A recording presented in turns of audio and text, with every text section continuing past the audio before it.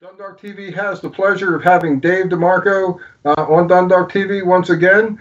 Dave is going to be playing at the Dewdrop Inn tomorrow night, and Dundalk TV is going to go and check out the crowd and check out the band.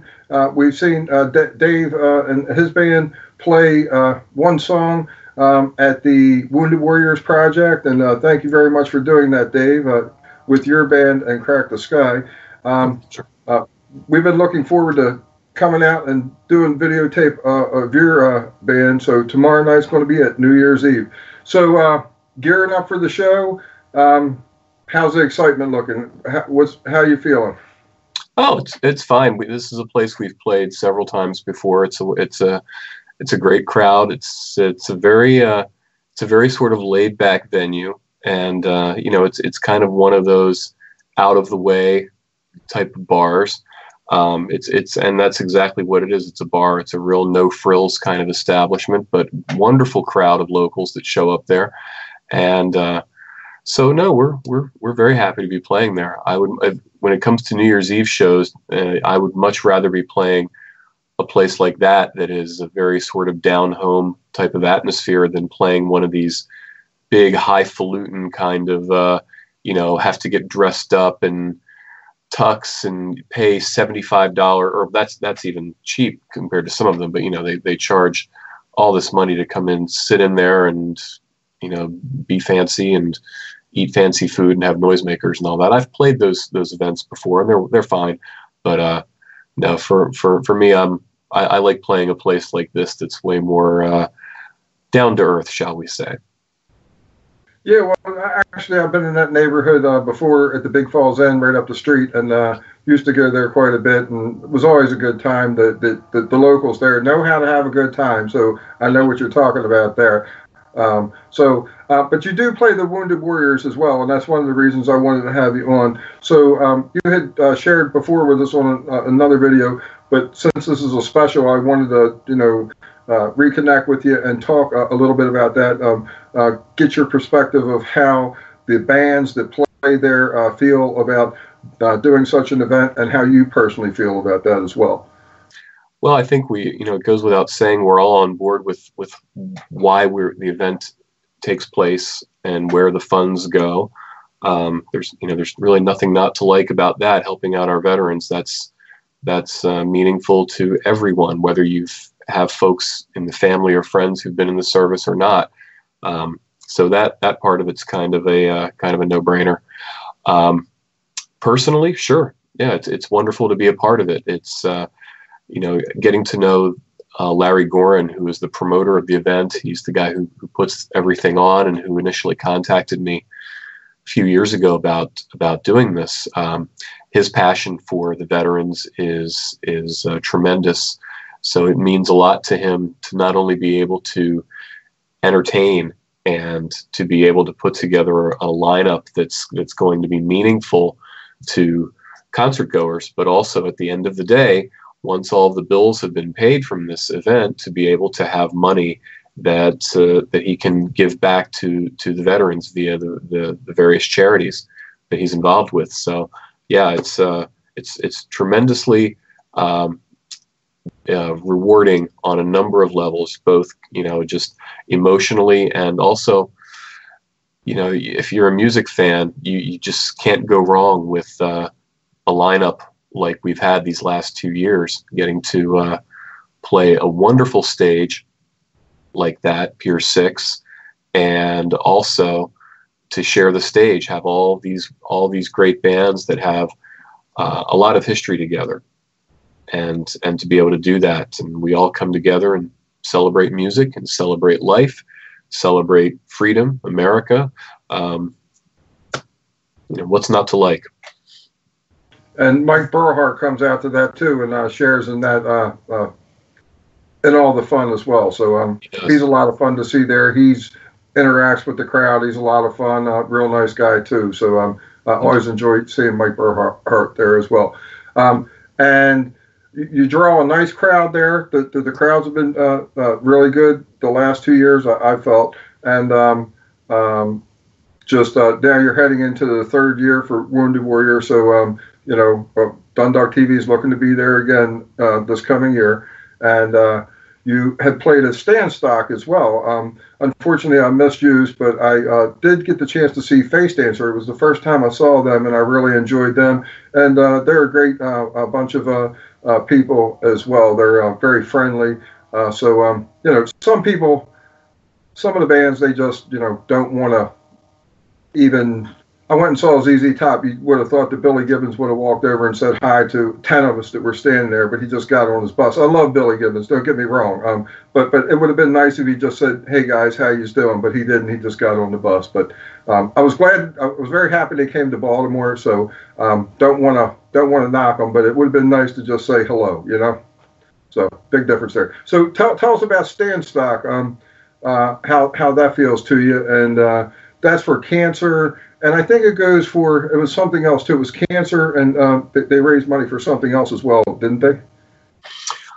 My understanding is it's tied into the Nicole Van Horn Trust, and if there's something else on there, I probably was aware of it at the time, but it may have it has escaped me right now. But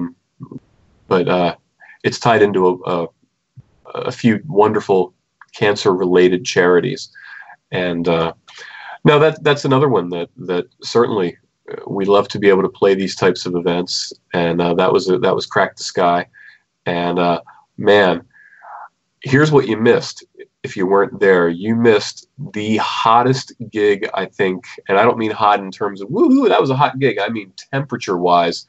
I know, I heard. Playing on the surface of the sun. It would no covering over us. So, here we all are up there. Just, it was taxing.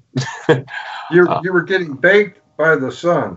We were getting baked by the sun, absolutely. And it's one of those things that the music just sort of, that's what muscles you through to get through it. But we were all. It took a lot out of us, and but we made it, and it was fun. And everybody there, of course, is we're all in this together. The however many hundred people were there, just sweating right along there with us. And God bless them all for coming out and braving that. And I think prior to it had rained quite a bit, so whoever was on before us, I think, had to deal with some pretty bad rainstorms. So I think, all things considered, we got the better end of the deal since we only had to deal with the sun. Okay, well, let me go to something I told you I would talk about a little bit, and that is that you also do bass lessons. So how can somebody get in touch with you to have the bass lessons? And also for tomorrow night's show, I'll let you give the details of how to go to your Facebook site, and just to get that information. And one thing about Dave is that he pretty much, I joined the site and he was interacting with me right away. So that's another thing. Like I say, just very friendly, different kind of feeling from what you get from some of the other bands. So bass lessons, and also the directions that they can get off your Facebook page. Sure. Yeah, I've been teaching bass for about 22 years now, and I do it the old-fashioned way. People come to my house, or they come to, I have a studio in Baltimore that I teach from. And more and more, though, I do probably about 2/3 of my lessons these days using the very same service that we are using right now via Skype. So I have students in about 6 different countries and a bunch of different states, as well as just local folks here in Maryland who would just prefer not to drive. They just can take a bass lesson live online with me using Skype or FaceTime if you're a Apple user, and it's wonderful. You don't have to leave the house when the lesson's over. You don't have to drive somewhere, and it's exactly the same as it's not a watered down experience. It's the same as us sitting together and talking. If you do something with your hand that I want you to do differently, I can tell you to move your hand a different way. So that's great. I do that, and if anyone's interested, sure. MarylandBassLessons.com is how to get a hold of me, and start that whole conversation about how I can help you with bass guitar. And what else did you want me to talk about? Okay, your Facebook page. Just let people know about your Facebook page so they can get the directions to the show tomorrow night if they would like to come. Yeah. So tomorrow night it's the Do Drop In, which is in Kingsville, and it is no cover, which is great. And you still they're having a buffet, I believe, and drink specials, noisemakers, champagne toast at midnight, all that, and no cover. Imagine that. And you don't have to get all gussied up in your Sunday best. Just come wearing what you're wearing. And there's a link if you want to find out some info about the venue. Just go to my Facebook page, which is facebook.com/Dave Demarco. And if you want to go to the band's page, it's facebook.com/Dave Demarco Band. Either one of those will get you there. Click the like button or friend me if I have any room left for friends. I don't remember. And hope to see you there. New Year's Eve.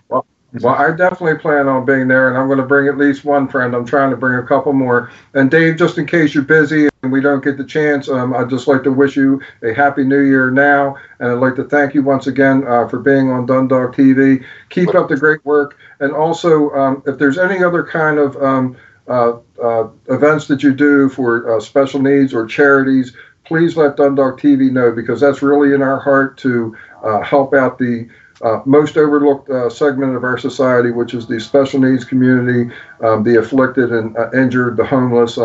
People just shove them aside. What I'm going to do this year, one of the things I'm going to do is I'm adopting a homeless person that I know. And when I say adopt him, I'm not bringing him home, because I can't do that. I have a lot of things going on I need to straighten out in my life. I wish I had some place to do that, but I don't. But I'm going to go out and make sure that this person at least has a blanket when it's cold, some kind of stuff. And he's got a friend, and a friend can go a long way. So I did meet this person, and we went out. A friend of mine who actually has helped out a lot of homeless veterans in the past and everything. So went out with him, and he's kind of showing me the ropes and telling me, what to do, what not to do, what might set somebody like that off, and, just how to approach them and handle it. So I'm actually adopting this person as my homeless person that I want to make a difference in their life.